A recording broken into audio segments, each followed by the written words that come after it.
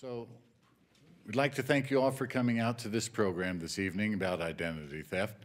As you all know from the flyers, it is sponsored by several people. I would like to introduce Eric. I'm with the Longmont Community Foundation, and one of our kind of core missions, if you will, is to kind of educate the community. And this can be along the lines of anything related to the nonprofit sector or related to just being more into the community, if you will, or interested in the community and giving back. And so one of the ways that we give back as a foundation is to educate the public on certain issues. And so we were just grateful for Ron and Hazel for creating this seminar, and I think you'll learn a lot today. I'm Ron Vejrostek.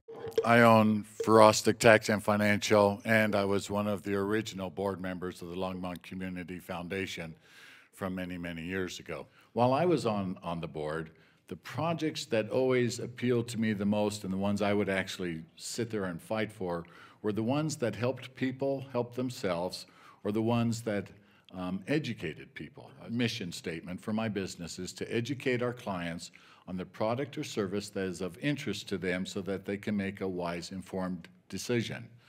Hazel is a victim advocate for the Colorado Bureau of Investigation. This is what she works on probably 24 hours a day. So I want to talk to you mostly about identity theft and fraud tonight. So Colorado Bureau of Investigation has had a specialized unit that works only with identity theft, fraud, cyber crimes, and organized crimes since about 2006. Before then, we still worked with those crimes, but they were part of our major crimes unit.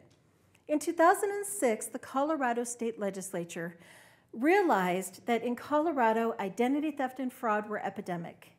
The Federal Trade Commission tracks how many crimes occur, how many identity thefts, how many frauds occur in all 50 states. Since 2002, Colorado had ranked in the top 10 for identity theft and fraud. Most of the time, Colorado ranked in the top 3 to 5. Many of those years, we were number 1 in identity theft and fraud. The other thing that they tracked was the top 50 cities in all of the United States where identity theft and fraud occurred. Guess how many Colorado cities made the top 50 list? Oh, well, you're even more cynical than I am. She said 10. 5 Colorado cities made the top list. Now, this is the top 50 cities in the United States. This counts Detroit, Chicago, LA, everybody, and 5 Colorado cities made that top list. Those cities were all in the top 10. The Colorado State Legislature said, you know, we probably should do something to address this. This is rather concerning, which I would think is rather concerning too. So they created a special unit at the CBI to do nothing but identity theft and fraud. We also work with cyber crimes.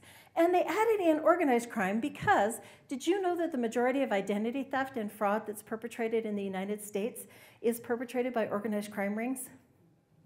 And most of those organized crime rings are not even in America. So the majority of identity theft and fraud that's going on here in Colorado is being perpetrated by people in Russia, in Pakistan, in Jamaica, in Southeast Asian countries, around the world.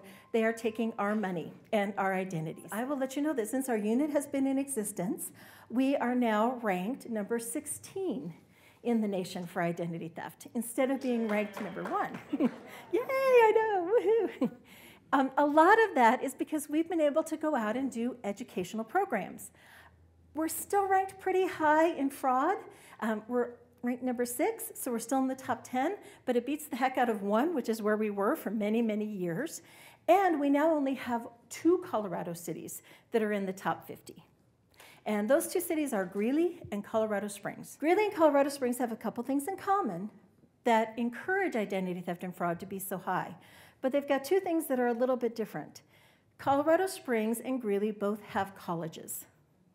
And if any of you have kids or grandkids that are away at college, you probably know that they're not exactly the best stewards of their money. And they don't pay the closest attention to where their stuff is, like where their ID is. Or when they went to register for college and the college said, bring your birth certificate and your social security card, they brought them, but they never got back home. And they probably got in the hands of an identity thief. And I don't know about you, but I went to college a really long time ago. But I can still remember that if there was a party on campus and somebody showed up with a 6-pack of beer and a pizza, nobody asked them if they were really a student. And so that's how a lot of these identity thieves kind of catch the college students off guard. Now, it is so much easier to get their information because all you have to do is steal their computer or steal their tablet or steal their smartphone. So you don't have to go to as much effort. They have that in common. What they don't always have in common, is a little bit different for each of them, is that Colorado Springs has the military. The military and military members are at extremely high risk for identity theft and fraud, extremely high. They're out of the country for long, extended periods of time. A lot of their information is out there too. And so it puts them at very high risk for identity theft. And in Greeley, we have an extremely large undocumented population that's working in the workforce. So what we know about people who are undocumented and working in the workforce is that if they're going to work, they have to have a social security number. But they're undocumented, so they don't have one. So how do they get one? Yeah, they steal it from somebody else. Now, they don't always know they're stealing it from somebody else. They may purchase it. A lot of them purchase a social security card, purchase an ID when they come across the border. The coyote or the person who carries them across the border, that's part of the package. You pay for safe passage and you get a new ID. Or they go someplace locally and they buy a new ID, or they go online and they buy an ID with a social security number. Some employers will even give them a social security number. So what's the problem with somebody working using your social security number? Well, the big problem is that they don't pay taxes. And so the IRS, when was the last time you knew the IRS to let you get away with not paying taxes? They don't. But they don't know who's working under your social. All they know is that it's your social security number. And your social security number is making $200,000 a year that you are not paying taxes on. Now, one person's probably not making that, but who knows how many people have purchased that social? There might be 13 different people working under that social security number. Do you think the IRS cares that you could not be in Greeley, Colorado, and in Cheyenne, Wyoming, and in Tampa Bay, Florida, all at the same time? They don't care. All they care about is your social security number owes them taxes for earning $200,000. And they're going to come back to you, the rightful owner of that social security number, and ask for it. So here's the thing with scams. In order for something to be a scam, there has to be somebody who is scamming you, and you have to have something that they want. The two things that they want: your money. Exactly. What's the point in scamming you if they're not going to get your money? So they want your money. What's the second thing they want? Exactly, your social security number. Because they can either steal your money directly and just get your money, or they can steal your money and steal your ID and get more of your money. So when it comes to scams, if it sounds too good to be true, it is. So let's say I call Trudy and I say, "Hi, Trudy, do you remember entering the Irish sweepstakes?" Well, you don't remember entering the Irish sweepstakes. "I think maybe one of your family members must have entered for you because you have won $2.5 million in a brand new Mercedes. Would you like that, Trudy?" Oh, yeah. Could you use that money, Trudy? And how would you use that money? Vacations, pay off my kids' houses. Oh, you take care of your children with that money. Oh, and your children really deserve to have an inheritance like that. You would love to give your children that kind of inheritance, huh? And it would probably help when they have kids. And then your grandkids could have something loving to remember you by. Do you see, I'm not telling her anything right now that she doesn't already know. But I'm kind of suckering her in. Well, not her because you're too smart, but you can pretend like you're not. Suckering her in. So I say, okay, here's the problem. You know that pesky IRS we mentioned a minute ago? The IRS wants us to pay a gift tax because we'll be sending money in an international wire to you. We can't pay it because you're the one who will owe the gift tax. But we have a special arrangement with the IRS. If you send us $900, that $900 will pay your gift tax. Now, how many of you believe that $900 would pay a $2.5 million gift tax? Like 1.5 million would pay a 2.5 million gift tax. But what do you say, Trudy? For $900, you get, you get 2.5 million. You'd go along with that, right? You'd send me $900. Yes, you would. Yeah, you would send me $900. So she's going to send me $900 to pay for that. Cool. So a week later, Trudy, it's me again. Thanks so much for sending me that $900. We have the IRS paid off. We just have 2 more steps to go. And then you're going to get your $2.5 million and your brand new Mercedes-Benz. So the Mercedes-Benz company wants to ship you a Mercedes-Benz directly from the factory in Germany. Isn't that the best? I mean, it'll have all sorts of cool stuff in it that American Mercedes-Benz don't have, but we need to pay a special tariff to ship a car overseas. It's only $1,500. Would you be willing to send that to us so we can get you your Mercedes shipped overseas? I mean, it's a Mercedes. It's worth it's a German Mercedes, $50,000 American, easy. So you would do that, right? Sure, thanks, Trudy. We really appreciate that. Okay, and I'll call you next week and tell you the 3rd step. Okay, so now, thanks so much, Trudy. Your Mercedes is on the way. Oh, did you want a green one or a black one? Okay, great. I'll let them know.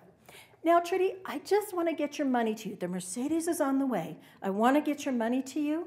The easiest way for me to get that to you is if you will give me your bank account number so I can do a direct deposit into your account. Could you give me that number? Sure, she will.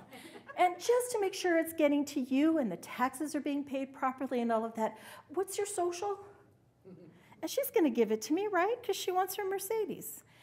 And could you tell me your full legal name? And of course, she's going to tell me that. She wants to make sure she gets her money. And what's your birth date? Okay, so now I have everything I need to steal her ID, plus I have some of her money, a lot of her money. But what else do I have? I've got her bank account number. So, Trudy, give us a little bit of time. Give us 2 days. And in 2 days, you go to the bank and you check your account, and $2.5 million is going to be in your account. 2 days, she goes, checks her account. What does she find? $0. Probably an overdraft fee, probably all sorts of other things because I've taken advantage of her. Do you know anybody that would fall for that? Yeah, of course. And then there's a lot of other scams that are out there too. One of the most common ones is what we call the granny scam. You've probably all heard about that. You get the call in the middle of the night, "Hi, Grandma, it's me, your granddaughter." They never say their name. Now, I don't know about you, but most of the time, if you have more than one grandkid, they're going to call you and say, "Hi, Mom, it's me, Josh." Not, "Hi, Mom, it's me, your grandson." "Hi, Grandmom." So they say, "Hi, it's me, and I'm traveling overseas." Now, they used to say, "I'm in jail and I'm in trouble." But then they realized that people weren't buying that because they had good grandkids who didn't go to jail and get in trouble. So now the new one is, "I'm traveling, wherever it is they're traveling, and my passport was stolen. My passport, my plane ticket, my money, my credit cards, everything. My backpack that had all that stuff in it was stolen. I'm here at the American consulate. And while I'm here, they're telling me that they can help me with a passport, but they can't pay for me to get a new plane ticket. And they can't pay for me to get a new ID so that I can travel into American airspace. Could you please send me," what do you think? Couple thousand? Yeah, $6,000. That's the average. Could you please send me $6,000? Wire it to me here at the consulate so that I can get home. Now, how many times do you think that that person on the other line sounds like your grandchild? They never sound like your grandchild. They always developed an accent, or something. But when you call them on it, they'll say, "Oh, I think it's just the connection. I'm really, really stressed out now." So on average, how much money do you think gets sent overseas to people who fall for the granny scam before they catch on that it's a scam? Couple thousand, yeah, per person. Yeah, the average amount that we know gets sent over on granny scams is about $24,000 before people catch on. They start asking for $6,000, and then they'll call back and ask for $12,000, and then they'll call back and ask for another $12,000. And people will send it because the family member is in trouble. If your child or your grandchild was really in trouble, and you knew they were really in trouble, would you do anything to get that child out of trouble? Wouldn't you borrow money or clean out your savings or cash in a CD so that you could get that grandchild safe? I think all of us would for our child or our grandchild. And that's what they depend on. They also depend that you're not going to call them and ask them, "Are you really in Nigeria?" You can go to Ancestry.com. or any of the family tree genealogy type sites, and you can find out who grandchildren are. That's how they know. That's how, when they call you on that granny scam, they know that you're a grandparent and they know that you have a child. Not only do they go to Facebook, but they go to Ancestry or any of those other sites and they get some information. And then they call and scam you that way. So it's very easy to find out information about other people. You should be aware about that really scared the bejeebers out of people. And that's when you get the phone call from somebody who says they're with the IRS, or who says they're with the FBI, or who says they're with a law firm, and you owe money. Either you owe money to the IRS, or you owe money in a criminal case, some restitution you forgot to pay, and the FBI is going to collect it. Or the FBI caught you surfing porn on the web and they've charged you with something. Or some other thing has happened that the FBI is charging you with money. Or it's a law firm calling saying that you can pay off this now, or we can enter a lawsuit against you and you can pay it off in court later. How many of you might fall for that? Or know someone who would be scared of the IRS calling and saying, because what they say is, we're with the IRS, and they sound very believable. They have a 202 number. We all know the IRS is in Washington, D.C., and they have a 202 number. They know your social security number. They rattle off all sorts of other things about you, and you owe them not much, $500, $1,200, something like that. And do you know how you could take care of it? You could take care of it by paying it right now. You can pay it right now with a wire of money to the IRS. You could pay it right now by going down to Walmart and buying a green dot card and calling us back with a green dot number. That's how you could pay it. But let me tell you, if you don't pay it, we're going to come and arrest you. You don't want your neighbors to see you hauled off by the law enforcement, do you? So just pay it. Or you're involved in a lawsuit, and if you don't pay the money off, a suit is going to be filed against you, and you will be held liable for 6 times the amount that they're asking for, plus legal fees. Nobody wants to pay that, right? And nobody wants to go through the process of litigation. So those kinds of things happen. Or they tell you, we're with the FBI. You didn't pay restitution on this particular case. We will come and arrest you if you don't make that payment in the next 2 hours. So here's what I will tell you about that. First of all, IRS doesn't call you on the phone. They send you certified letters. Second thing that I will tell you is that anybody who asks you to pay with a green dot card or by wiring money is not a legitimate business. That is not how legitimate businesses do business. And the third thing I'll tell you is that I work for a law enforcement agency. And what I can tell you for sure is that if I'm going to come and arrest you, I'm not going to call you ahead of time and tell you. So you can be sure that if somebody says they're with law enforcement or with the IRS and they're going to come and arrest you, that they are lying, because we're not going to tell you ahead of time. We might call your lawyer and say, have him turn himself in, but we're not going to tell you that we're coming to get you. We like the element of surprise. There's a couple others. There's a Microsoft scam where people call you and claim that your computer is infected and that they're from Microsoft. There's one where people will actually freeze your computer while you're in the middle of using it. Usually an FBI sign comes up and says the FBI has frozen it. Don't believe it. If somebody freezes your computer and the FBI symbol comes up or the Microsoft symbol comes up and your computer is frozen and it says click here to pay the fee to get your computer unfrozen, don't click. If you click, you have just installed a virus or a malware or spyware or something into your computer. Just turn off your computer and take your computer to a computer specialist who can tell you how to fix it or who can fix it for you. Because you can come up with a fix on your own, but if you don't really know computers and you don't really know what you're doing, when you're fixing it, you could be installing some of that malware so they can spy on everything that you're doing. So when you go to pay bills or when you go to access your bank account, they're catching that information too. If Microsoft calls you or anybody calls you and tells you that they want to screen share with you, have access to your computer so they can look at what the problem is, don't believe them. The only time that you should ever do that is if you contact that person. You contact HP or you contact Dell or you contact whomever because you know that you have a problem with your computer and you have the number and you contact a customer service. That's the only time. I would say even then it's a little iffy, but that's the only time you should screen share. Because the first thing they're going to do is look in your documents. And what's the first thing they're going to look for? IRS documents. Because they know that a lot of people e-file and keep their IRS documents on their home computer. They're going to look there because your IRS filing has everything an identity thief needs. It has your date of birth, it has your full legal name, it has all of your dependents, it has your social security number, it has your employer, and it has your yearly income. Everything they need to steal your identity completely is on that IRS. So that's where they're going first. Second place they're going is to look and see if you have any medical documents on your computer because they will have some of that same information on them.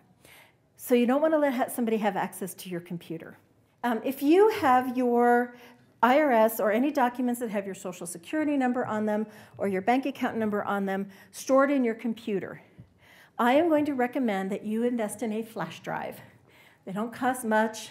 Buffalo drives, which are a little bit bigger, cost a little bit more, but for under $10, definitely for under $20, you can get enough storage to store that information someplace other than your computer. Is after you have it stored, disconnect that, and then make sure that you erase it from your computer. It doesn't do any good to move it to the flash drive if you don't then erase it from your computer. Erase it from your computer. Check first, make sure it all transferred properly so you're not erasing something you don't need. But then move that stuff to that flash drive and then erase it from your computer. Then go to your trash box or your recycle bin or your delete box and make sure you've deleted it from there too. And then I want you all to go on your emails. And there's two things I want you to do on your email. The first one is that I would like you to go to your email site, Gmail, Yahoo, whoever it is, and find out how you do 2 password authentications. That means that in order to get into your email, you have to remember 2 passwords. And in order to get into your email, if I am a hacker, that means I have to hack 2 passwords. So you want to make sure that you do that. The second thing I want you to do is look through all of your emails, and if there is any kind of email that you have with your bank or your credit card companies or with Ron, that has personal identifying information on it or your financial information on it, I want you to save them to a PDF and then delete them from your computer. Because if I hack into your email and there are emails back and forth between you and your bank, I now know your bank account, I know where you bank, and I can use that to email your bank and ask them to wire me money. I can say I'm you. I can have all sorts of proof because I've got all sorts of stuff that you send back and forth in the emails with your bank, and I can do that. We have seen people have that happen to them, and they have wiped out people's accounts. They've wiped out savings accounts. We've had businesses who've had their accounts wiped out, hundreds of thousands of dollars shipped overseas because somebody hacked into an email. So I want you to get rid of all that stuff. In the future, when they come in, you just do it as they come in. And that way you're a little bit safer. If you have multiple accounts at the same bank, you've probably figured out that a lot of those first numbers are going to be the same for multiple accounts, and it's only the last few numbers that are different. Because those first numbers kind of identify that bank, that it's an account with that bank, or that it's a personal account as opposed to a business account. And then it's the last numbers that are important. And on a lot of the statements, they will just put those last 4 numbers or those last 6 numbers. But the scam artists know what the first few numbers are because they already know that you bank at Wells Fargo or that you bank at First Bank. And so they know what those first numbers are. So it's easy for them to steal your accounts if they have that. It's the same with credit cards. You've probably noticed that a lot of credit cards have the same first 4 to 8 numbers. That's what identifies the credit card company or the bank that issued the credit card. And then the rest of the numbers are your personal numbers or your private numbers. But again, a lot of those numbers are the ones that they'll put on notices or that they'll put on statements. So you just want to do that. And if you're one of those people who downloads your statement and then keeps it on your computer, please don't do that. Online banking is very, very safe. And let the bank store it. Nothing is 100% foolproof, but it's a little harder to hack into the banks than it is to hack into your personal one. So you just want to make sure that you don't have all that stuff right there, especially on your email, so that it's easy for them. And if you have ever emailed your bank and asked them for information, you definitely want to delete that email. Because they'll learn, when they hack into your email, they learn your language. They learn how you speak to people. They learn your professional speaking and your personal speaking. So they learn how to do that. That's how they con so many people when they hack your email and they send out an email to all your contacts saying that you're in trouble and you need $2,000, they know which emails to say, hey, buddy, I'm really in trouble and I need your help, and which ones to say, dear sir, could you please assist me? Because they've looked at how you write your emails. As long as you have everything printed out for your records. If you are one of Ron's clients, or if you have your own tax person or financial advisor, you should ask them because they may have all of that information stored for you. And then you don't even have to worry about keeping that PDF in your home where a burglar could come by and get it. Because do you know, it used to be in burglaries that the first thing that went out the door was the big screen TV and the jewelry. Now the first thing that goes out the door, computers. Second thing that goes out the door, anything that's a piece of paper that they found in a file cabinet that was locked. Because they know it's probably your tax information, your home, information about your home or your mortgage or something else. First thing to go. Because now burglars aren't in it for themselves. But a lot of these burglars are working for ID thieves. And the deal that they make is, hey, you go and burglarize homes. You can keep all the stuff, but we want you to bring us tax papers, Social Security cards, Social Security birth certificates. We want you to bring us that stuff. Computers. After we clean the information off the computer, you can even have the computer. So when the burglar goes into your home, they know exactly what they're looking for. And for every piece of that information they get paid more money. So because the ID thieves, they don't want to get caught themselves. You come home earlier, you have a big dog, it's the burglar that's going to get it, not the ID thief. But the ID thief is going to get the information for every successful burglary that there is. So if you print it out in a PDF, you know, it's a good idea to keep it someplace safe. Or if you have a person who does your taxes who you trust, an attorney, a financial advisor, someone like that, it's probably a good idea to ask them, how much of this do you have in a place that I could easily access it, and how much do I have to keep at home? The bottom line is personal identifying information like your Social Security number or your bank account information or your finances is stuff that you should not have on your computer itself, because that's all stuff that is easily hacked. If I'm an identity thief and I hack Target, I can get a lot of information, as we all know from the recent Target data breach. But I'm not going to hurt Target as much as if I get your computer and I get your information and I wipe you out. If you need to keep those because you need to use them for some reason, then what can you do?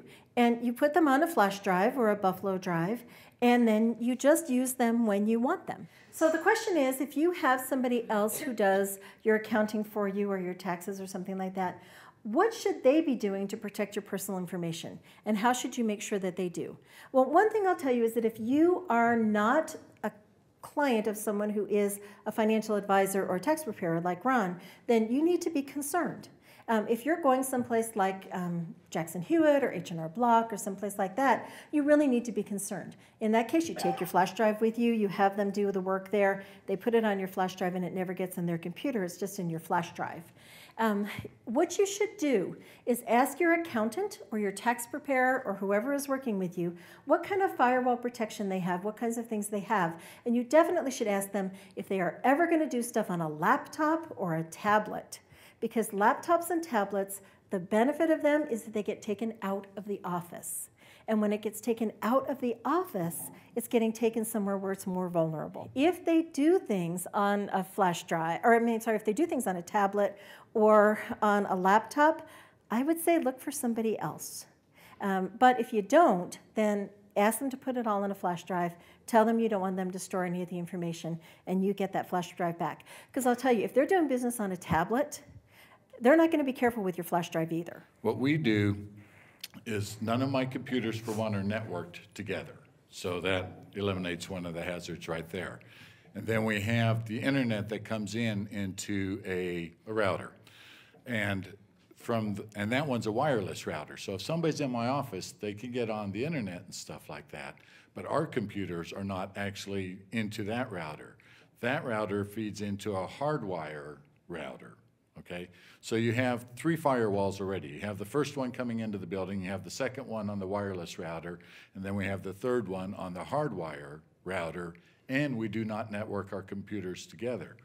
So you want to make sure that if you're using an accounting firm, you know, whether it be QuickBooks or whether it be taxes or whatever the case may be, that they basically have some kind of that same kind of system. Another thing that I would encourage you to do is to remember that 5 years ago, when we talked about identity theft, we talked about people stealing your wallet. We talked about people going through your mailbox. We talked about that. Now when we talk about identity theft, we're talking about hacking. Because the identity thieves want a couple of things. First of all, they're white-collar criminals. They're not going to rob you with a gun. They'd rather rob you by deception. So on the whole, they are looking at ways that they can distance themselves from their victims.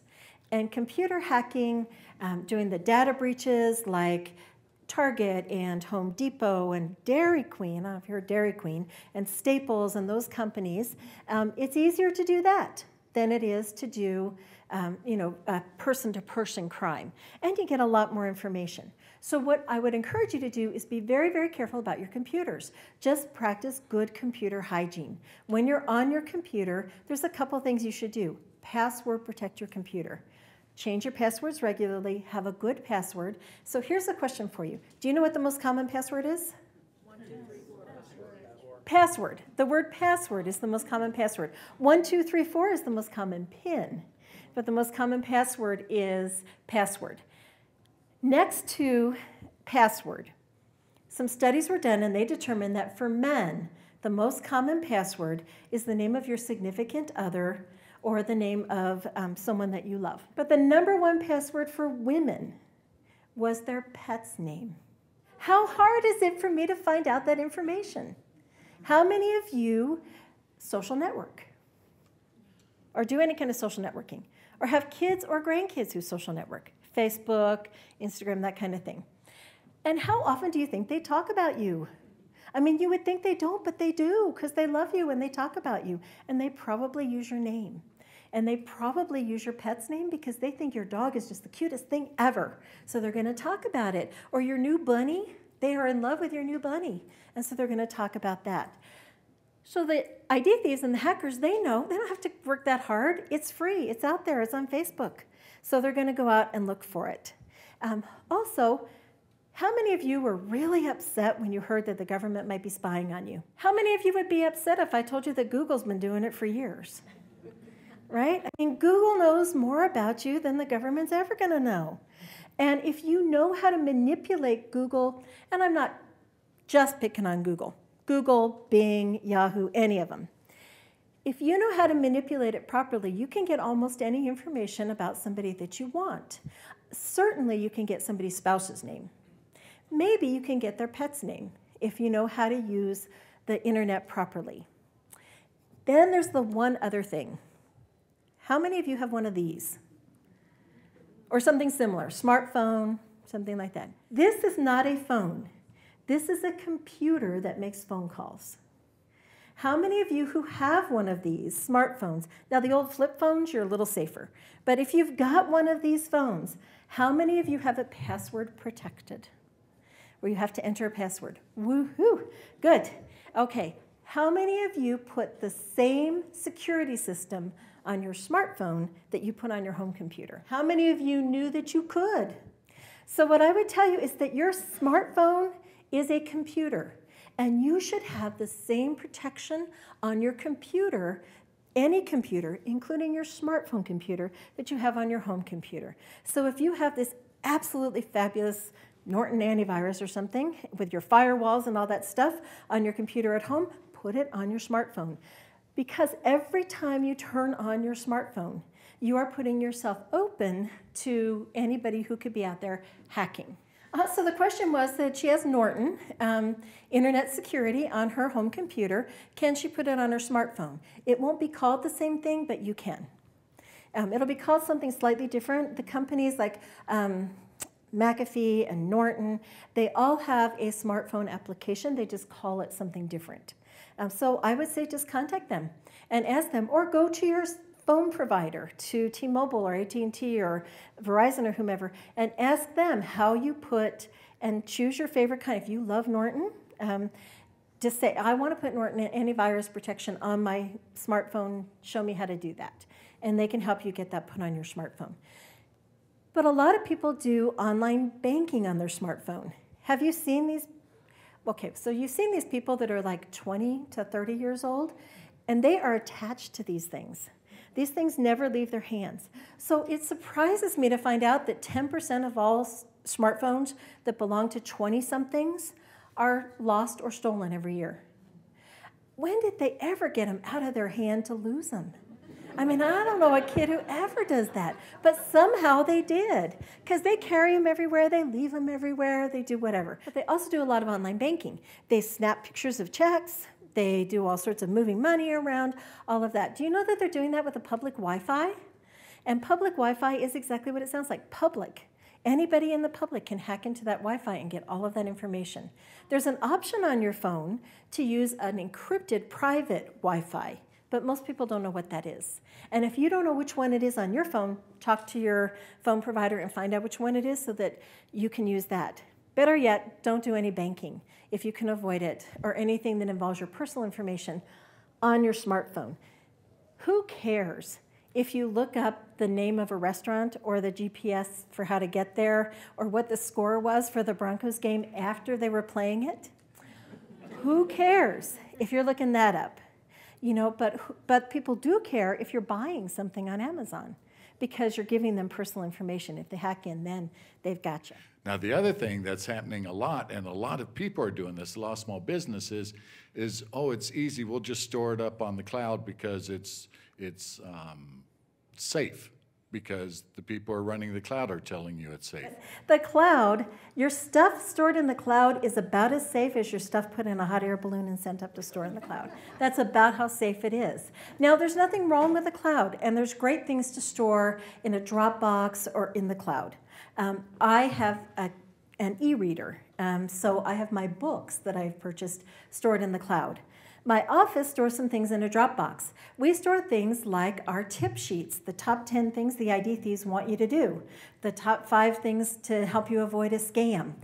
We store those things because we want people to steal that.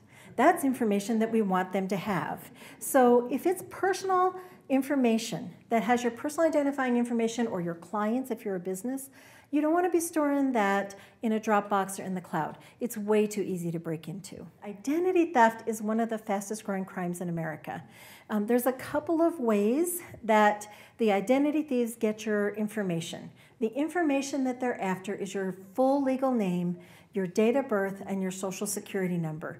If they have any combination of those two, they can get the third one, and they can steal all of your money. So if you want to be safe, if you want to be careful, the easiest thing that you can do is keep all of that information as private as possible, but still know that you are vulnerable. How many of you were victims of any of those data breaches that have happened over the last year?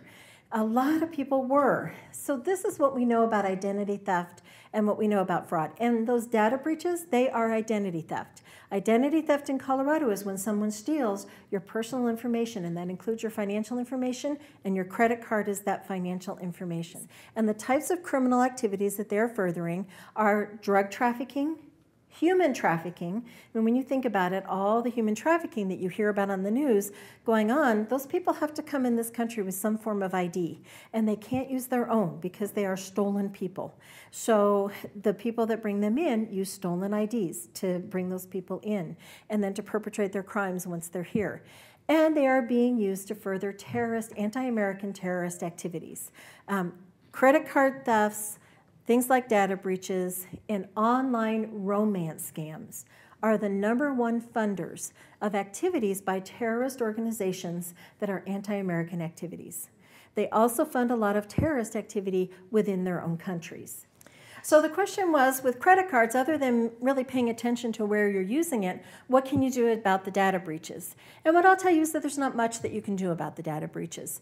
The data breaches didn't occur, 5 years ago or so, we would say the data breaches were occurring because they had skimmers placed in the point of sale. These days, they don't bother with the skimmers that much. There's still a few out there, but they don't bother that much with them because what they do is they hack into the main system. So they'll hack into, when you slide your credit card, you have to wait while it's approved. That's because it's going through an approval system, a third-party approval system, Visa, MasterCard, American Express, something like that. That's what they hack into. So your point of sale can be completely safe. and it's being used someplace, or it's being hacked into someplace else. So there's a couple of things that you can do. It won't prevent you from being a victim of the data breach, but it will keep you from losing too much money. The first thing is never, ever, ever use your debit card when you do that kind of shopping. Use your credit card. And when you use your debit card, and it gives you the option of debit or credit, it makes no difference. It is still your debit card. So if an ID thief steals your debit card, they steal your money. They've got access to all of your accounts, all of your money. If they steal your credit card, they only have access to the credit that is on that credit card, your $5,000 limit or your $10,000 limit. And normally your credit card company knows you've been hacked before you know you have been. So they will notify you and they'll shut it down. You lose a lot less. You also have a lot more protections under federal law. And I don't think we have time to go into too much of it, but if you want, feel free to ask me. But you have a lot more protection if you're using a credit card than if you're using a debit card. And it's easier to dispute fraudulent charges on a credit card than it is a debit card. And it's not your money, it's your credit. The safest thing to do is not to use cash. I know a lot of people say, I'll just pay cash for everything and be completely off the grid. But we don't want you carrying large sums of cash around either, especially if you're going Black Friday shopping. I mean, really, don't be carrying large sums of cash because you're just going to be a target for a whole different level of criminal. And then you could get physically harmed as well as losing your money. So the safest thing to do is go to your bank before you go out shopping and buy a prepaid credit card. The prepaid credit card does not have any connection that the ID thief can get to you.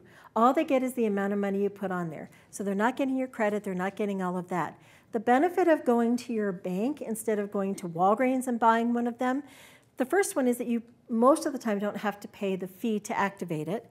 And the second thing is if something does go wrong and someone does hack it, you have your bank or your credit union backing you up.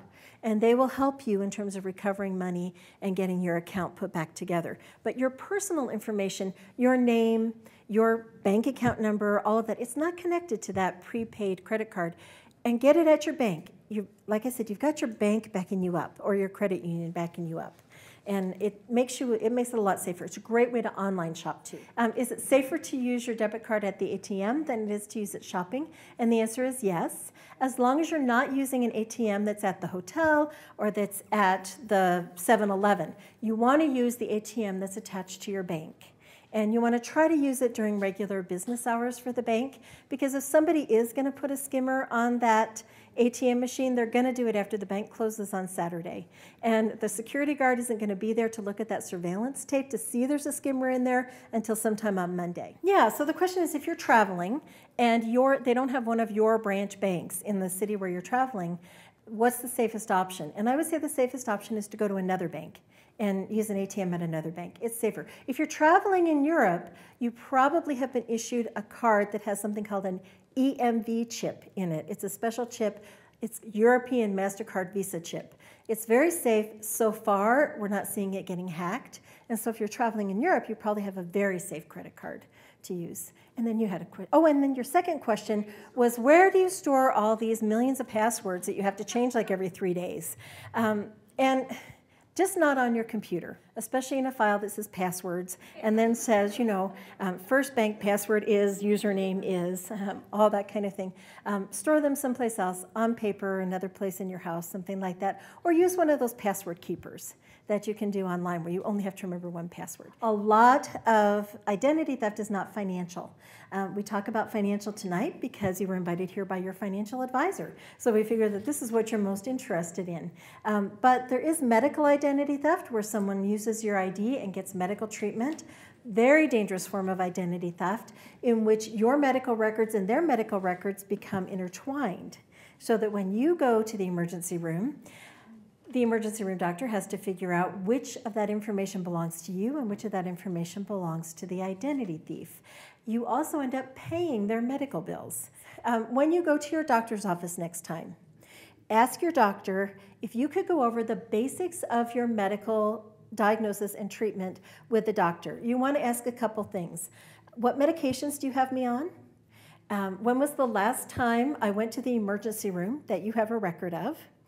What is my blood type? What diagnoses do you have? Just the basics. What kind of allergies, medical allergies, do you have listed? And just make sure they're accurate. If there's something that's not, because you used to take this medication, but now you don't, just correct that with your doctor. But if there's a lot of strange things, like your broken leg at the emergency room last month that you didn't have, or the migraine 3 different times that you went to treat and you don't have migraines, or you see something unusual, then you want to talk to your doctor about the fact that you're probably a victim of medical identity theft. The other thing that you can do, this is end of year, and your tax guy will probably tell you these are good things to have anyway. Contact your medical health provider and ask them if they will send you a list of everything that they have paid out, all of the claims on your account for the last 12 months. That way you can look at it, and if something is not something that belongs to you, you can let them know that you were probably a victim of medical identity theft. You can do the same thing with the pharmacy where you go all the time and ask the pharmacy to print out for you all of the medications that you've gotten over the last year that have been gotten under your name over the last year, and you can see if anything is suspicious there. The most common form of identity theft that we see in my office is what we call criminal identity theft. Now, all identity theft is criminal, but when we call it criminal identity theft, that is when someone is arrested for a crime or is given a traffic ticket, and instead of using their ID, they use your ID, so that you get their criminal history, you get their traffic history, you get the warrants, you get the restitution payments, you get all of that stuff on your history. You won't know about it until you're speeding through town and one of the lovely Longmont police officers pulls you over, and when they check your driver's license, they say, oh my goodness, you are supposed to be a registered sex offender, but you haven't registered. I'm taking you in. Or, oh my goodness, I have a warrant out for your arrest for assault on a police officer. Or you'll find out when you're in line at the airport and TSA says, ma'am, could you follow us, please? And then you find out that you're on a terrorist watch list or on a no-fly list. We work with those, and we mentioned at the beginning when the IRS comes after you for wages that somebody else earned in your name. Those are the most common forms of ID theft. There's many, many others. Those are the most common forms. I would say that we see more than any other kind. I mean, financial identity theft is the one you hear about the most, because when you think about it, 110 million people get hacked in a data breach. That's 110 million identity theft victims. So we hear about that a lot, but we hear more often about criminal identity theft, about medical identity theft, and about people earning money under someone else's, earning wages under someone else's social. If you would like to call me personally and talk to me a little bit more, you can call me at 303-239-4649. But it's 303-239-4649. If it is a holiday weekend and it's 3 o'clock in the morning, I'm not going to answer my phone. But I have a team of people who answer our 24-hour hotline. And that toll-free number for our 24-hour hotline is 1-855-443-3489. 1-855-443-3489. And we have identity theft experts who are available to you 24/7, even holidays, every weekend, to answer your questions, to help you walk through those first couple of steps if you find out you've been a victim. I am on call to them, so if it's really urgent and you do need to speak to me personally, they will know how to get a hold of me. And for those of you who do go online, please visit us on Facebook. Now, I told you how dangerous Facebook was, right? So please visit us there and become our friend. But actually, we have a business Facebook page, which means we don't have friends. We just have information that we share with people. So if you go on Facebook, you can visit us there, Colorado Bureau of Investigation Identity Theft, or you can just go to facebook.com/cbi.idtheft. If you have a passport that was issued to you anytime after 9/11, you will have a new passport that has something called a radio frequency ID chip in it. It's meant to keep the passports from being fraudulently created by ID thieves, by terrorists, that sort of thing. It's an anti-terrorism attempt. But RFID chips can be read by an RFID reader. There's not a lot of information on that chip about you other than your name and that you're a US citizen. But it's still something you don't want a criminal to have. So if you are traveling, there's a couple things you should know about your passport. One of them is that you can buy a sleeve that you can put your passport in that will block that signal. You can buy them really cheap, or you can buy them really expensively, depending on how much money you want to spend on something you're just going to stick your passport inside of. So you can buy those sleeves, or you can just use the sleeve that it comes in, and you can put a little bit of aluminum foil on the inside of that. You don't really want to put it all over the outside of your wallet or the outside of your passport, because then you will draw TSA's attention when you're traveling. So just a little strip on the inside, because that blocks any reader from being able to read it.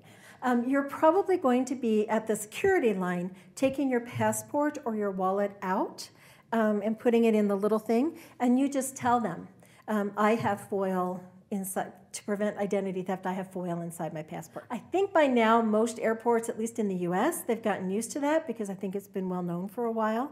And the Illuma wallets that you can buy online, they do the same thing. They set it off the same way. Yeah, so the question is there any place you can go except for checking your credit to see if somebody has breached your personal information? And there's a couple of things you can do. One thing is you absolutely, definitely should check your credit at least once every 12 months. You should never, ever pay to check your credit. You can do it for free. Online, you can go to annualcreditreport.com. Make sure you go to annualcreditreport.com without the S on the end, because if you go to annualcreditreports.com, you are going to an identity thief's website where they will get all of your information. It looks just like the other one. It is not run out of the US, it's run out of Russia, so we can't shut it down. The FBI has tried, but they can't shut it down. So annualcreditreport.com will allow you to get your credit report from all 3 credit reporting bureaus. You can get one for free every 12 months. So you want to make sure that you do that. You can get one. If everything looks good, wait 4 months, get another one. If everything still looks good, wait 4 months and get the third one.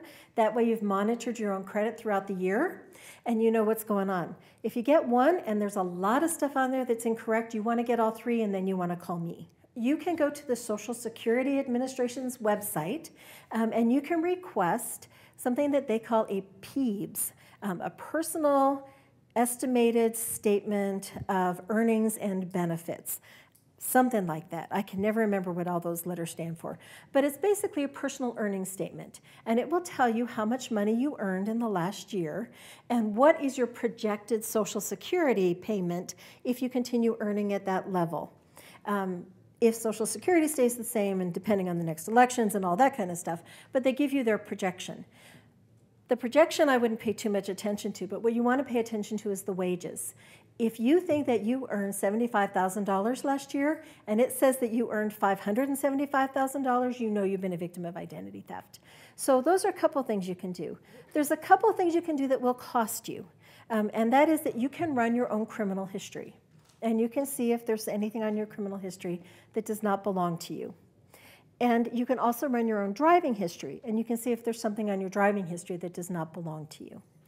Or if you have reason to believe that somebody has used your ID for any reason, you were caught in a data breach, somebody got your Social Security number. If last year when you filed your taxes, the IRS told you someone had filed before you under your Social Security number, you were a victim of identity theft and you have reason to believe that they could have done something else with it.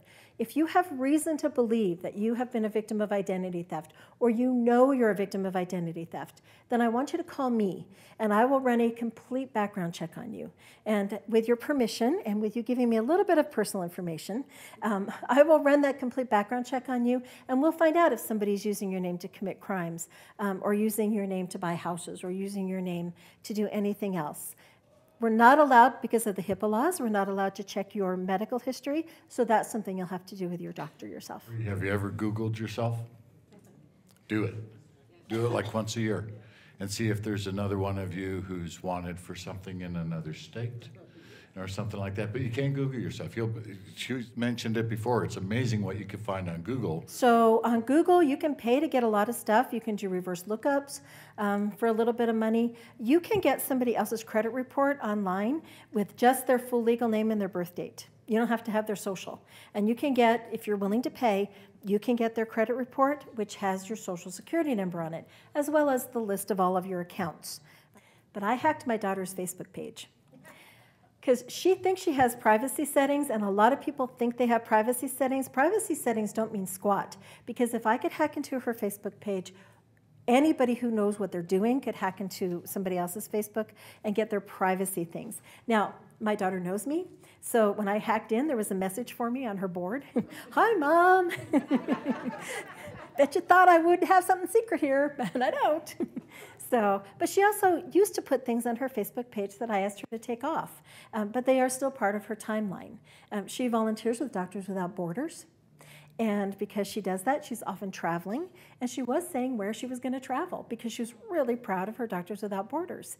That left it wide open for us to have a granny scam go on with somebody calling me saying that they were her traveling in Rwanda or traveling someplace else and in trouble. So what we did, and what I would encourage all of you to do, if you have grandchildren or children, call them tomorrow and set up a password with them so that if they really truly are in trouble, they will know the password. And so when they call and say, Mom, Grandmom, I'm in trouble, you can say, what's the password? And don't make it something simple like their dog's name. Make it something a little bit complicated. And it's something you'll remember and they'll remember, especially if they're freaked out and in crisis. But at least you'll know that that really is your grandchild. You could also ask them a follow-up question. If you get the password right, I'm going to ask you this other question, and here's the answer I'm expecting back. And that way you'll know you're talking to your family member who's in trouble. And that goes for anybody in your family. If you have someone who's in the military in your family, you want to set that password up with them too, because it's really easy to pretend to be somebody in the military. You know, if you've gotten a call from Afghanistan or if you've gotten a call from somewhere across the world, that person's voice does not always sound the same. And so it's a little easy to scam you, but not if there's a password and not if there's a follow-up security question that they're going to have to answer for you. And something a little bit complicated that only your family knows. So I think it's a good idea. You can do that with your spouse so that if you're ever separated and you're calling each other, I think it's just a great idea to do with your whole family. Is it okay to store things like your contacts list on the cloud so that if you change cell phones or something like that, or you lose your cell phone, you can retrieve it? That kind of thing is fine as long as you're not storing personal identifying information. So you don't want to be storing all of your contacts' full birth dates or full legal names. You probably know your friend John by John V or John S or something like that. You probably don't have to put his full birth date on there. You probably don't have to put his full legal name, including his middle name. You don't have to do all that on your contacts list. You know, again, on Google, I could get, if I knew that your friend was Ron, I could look up Ron online and I could get his address and his phone number. So that's not information that's particularly secret. But you don't want to store your kids' or your spouse's social security numbers or something like that. And if you have an old military ID card that has your social security number as your ID number, you don't want to be putting that on the cloud either, because the DoD used to issue social security numbers as ID numbers. They got smart, and now they are issuing DoD numbers, which are kind of like your health insurance numbers. They're completely different and random selection of numbers. If you have an old military ID card, go to the military base closest to you that issues ID cards and get a new one that does not have social security numbers on it. If you have one that was like the one you got when you retired from the military, or your late spouse's ID card or something like that, you can certainly ask the military if you can keep that one, if they can void it out, and you can keep it, and then keep it at home in a safe place. Don't carry it with you. And Medicare, who would have thought that the Department of Defense could be more flexible than anybody? But they are much more flexible, and they were willing to make that change to protect their members. Medicare is not willing to make that change. And so your social security number is still your Medicare ID number.